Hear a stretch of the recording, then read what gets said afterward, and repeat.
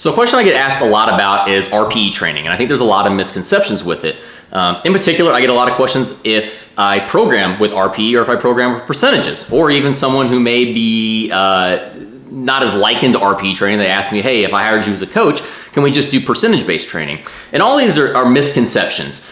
Just like daily undulating periodization and conjugate training is not a program, it's more of a training principle. RPE is not a program either. It's more of a programming principle, and there's a wide array of ways we can utilize this within training.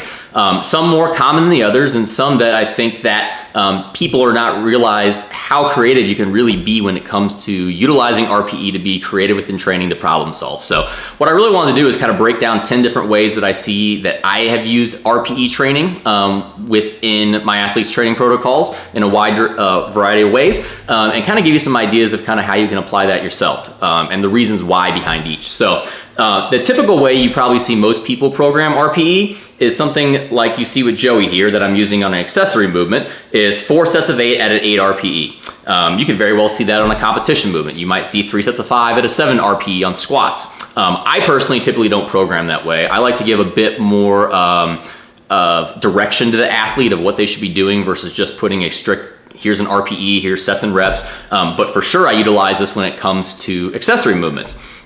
And so with accessory movements, and how I use this is, and what I mean by 8 RPE here, is that what I want them to do is I want them to find a set of 8 at an 8 RPE and then repeat that same loading for a total of 4 sets. So by the last set, it might be 8.5, 9, 9.5 RPE. It's gonna get harder as fatigue sets on, but they're gonna have that original set be at an 8 RPE. Some coaches mean a bit different from that. They mean to adjust the loading every set. I personally, that's my second way I'll kind of utilize RPE, is you'll see here with Larson dumbbell bench press, we've got 2 sets of 10 at a 7 to 8 RPE each set. So what I mean for this is that I want them to adjust the loading each set. Let's say if there was 4 sets, they very well probably are gonna change the weight they're using to make sure to stay within that range of RPE throughout the entirety of the set versus just using one static load the entire time. So the other way that's very, very common is someone will have an RPE top set and then it will, from there, drop a certain percentage. I typically program, versus just saying drop 10% from your top set for then 2x6, I typically actually just program that in. So you can see here, we have safety bar squats at a 6.5 RPE for a triple. So they have a top set at an RPE. From there, let's say they do 315 pounds, they're gonna program that in and that'll give you your back off works for 2x6 and 2x6. I have that automatically programmed in. You can see here that there's an adjustment of 6% because of the reps. And then there is right here actually there's an adjustment of 9% for the reps because it's 3 reps more. And then there's a 6% drop. And then here we can see another 6% drop. So overall, there's a 12% drop between the very top set and then the last 2x6. So that's a very common way we see that. And that's honestly a lot of times, even when someone has 3x5 at 7 RPE, you'll a lot of times see them kind of do a top set at a 7 and then back off because they can't maintain that same loading. I prefer just to give a distinct top set RPE and then program a percentage-based back off of that. So another way we can do this as well. This goes back to a little bit more of maybe like a accessory movement. I do this a lot with pull-ups, dips. Here we can see it with barbell TRX inverted hamstring curls. Sometimes with like a pull-up or this movement here, it's hard to give a direct rep range because it's more of a body weight movement. It's hard to say do 3 sets of 12 at an 8 unless we're doing like a weighted version of it. So instead I'm saying do body weight, but do as many reps as you can to an 8 RPE each set. So that could very well change every single set.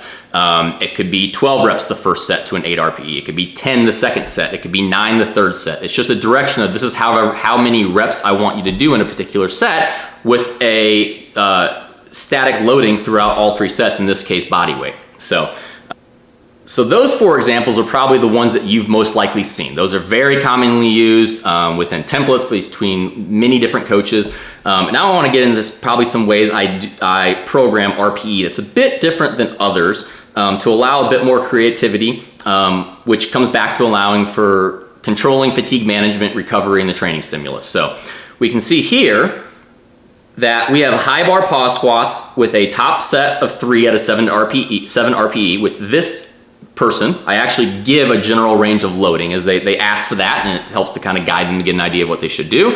Some people are pretty self-sufficient, so they just give them an RPE and they're pretty good at finding that themselves, but it just depends each week. And this person, you can see here, I haven't done that for week 3 yet because I'll see what they do on week 2, and then I'll give them a parameter to follow within week 3.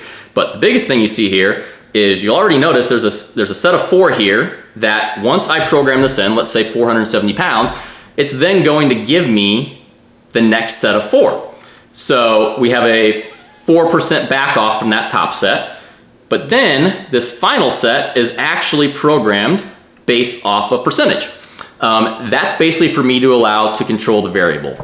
One issue and also bonus with RPE, and since it allows for auto regulation and adjustment daily, is that many times people will overshoot.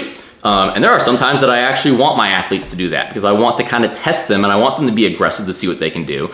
I don't want them to purposely try and overshoot, but I want them to test their strength. And that's how this setup allows that, because if they do greatly overshoot this top set, they can easily then, it doesn't adjust the entire workout that day. I'm keeping that 3x5 as a consistent variable percentage base to make sure that we're able to manage fatigue so that that training session doesn't get too intense in the case that they do overshoot that. So another way we can do this is that I don't do this often, but I very well may just give a top set at an RPE and then everything else is percentage based. That's another way of kind of using this might be for an athlete who maybe doesn't love RPE. They struggle with the conception of it and being able to implement that with their training. Maybe they have anxiety about RPE. A lot of athletes do, being scared they're going to choose the wrong load. Maybe I'll just give a top set in RPE so that we can have this freedom to regulate throughout the training block to kind of be able to push intensity if we're able to out train what we're able to do on our percentage based stuff. But then the rest is percentage based so that they don't feel like that top set affects everything.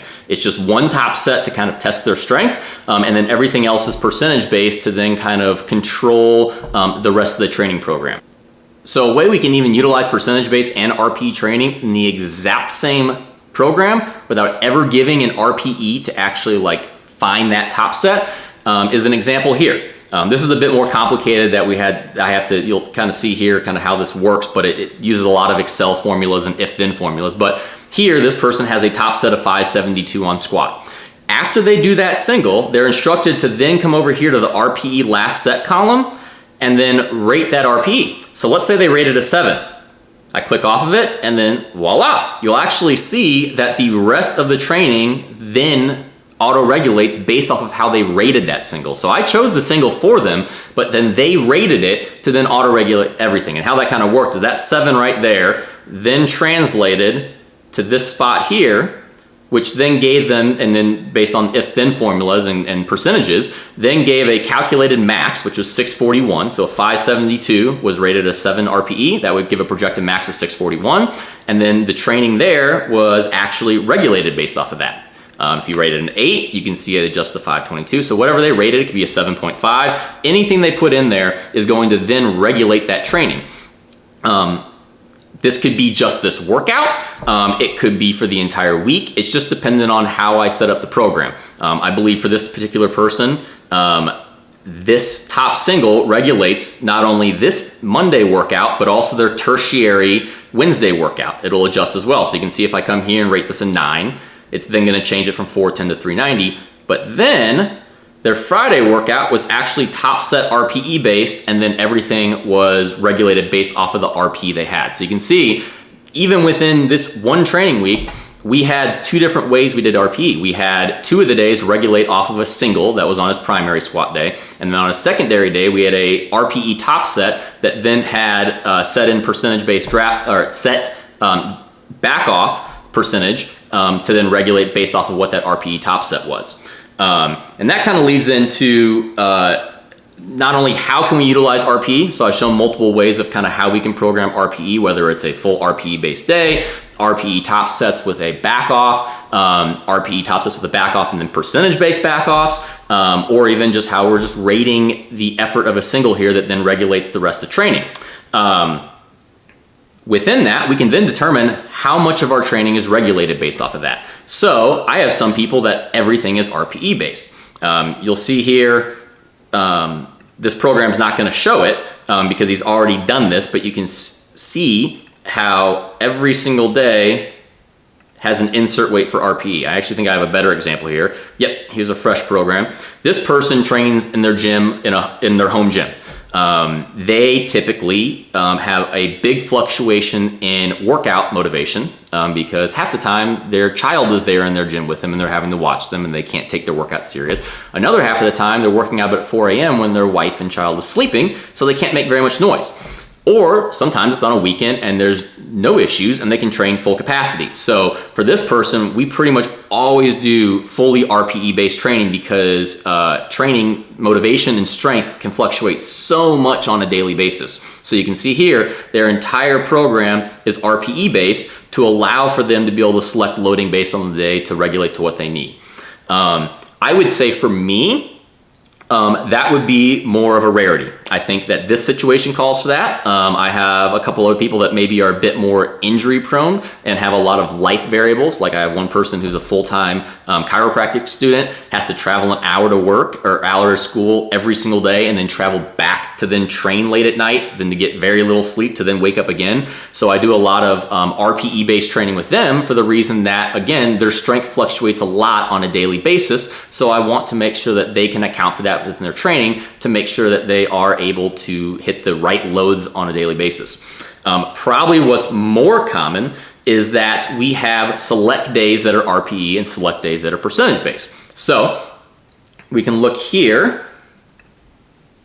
We can see here that this person has their primary squat day RPE based. They're going to hit a top set of here at a 7 RPE for a set of 3, and that's going to drop 12% plus this 9% for the 3 rep difference for their back offs. But then on their primary day, we can see that their secondary day, we can see that their squats are percentage based. This is mainly to allow for one day, the primary day, to be our main day that we have intensity be a stimulus. I want to push this day. I want, if they're feeling good, to be able to have the opportunity to do some weights that maybe they haven't done before, or to test themselves. Whereas on that secondary day or maybe a tertiary day, I want to be able to control that variable a bit more so that we're not accumulating too much stress on that day. This person in particular, we actually used to have RPE based training on his primary bench day and his primary or secondary bench day. What ended up happening though is he started getting very strong very quick in a good way, but he started pushing that secondary bench day probably a bit too hard as well, and that started accumulating too much fatigue, and then we saw performance drop off from it. So for him, I ended up then taking away that RPE based day on the secondary day so we can control that fatigue a bit more, have that regulated based off of a set training max. And once we did that, we saw way more consistent training, because when I'm setting up these training programs, for the most part, almost all the time, I want that primary day to be where we peak our strength for the week. And then the rest of the training is inducing some type of stimulus that, one, can increase strength, but also, two, allows us to recover in some manner. So when we come back around to that primary day, we feel strong again and we can be at our peak performance to then test on those top sets or whatever prescribed program there is. So this allowed for a bit more ability to be able to do that. We can see another example here. I showed this before. We have our RPE top set. It regulates that first back off set, but then we have percentage based back offs. And then we can see down here, we actually have a couple things here. One, his secondary squat day is percentage based to control variables.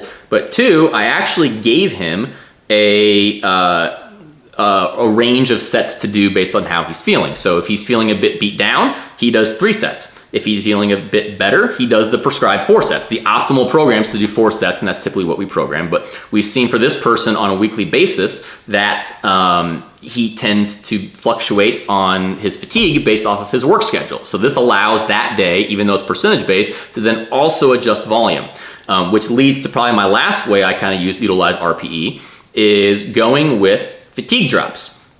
So I use this a lot in particular on bench press, because a lot of people on squat and deadlift, I find that most people fall into a general same range of kind of the intensity and the amount of top sets they can handle. I typically don't program straight sets, especially for squat and bench press, because it tends to beat people down.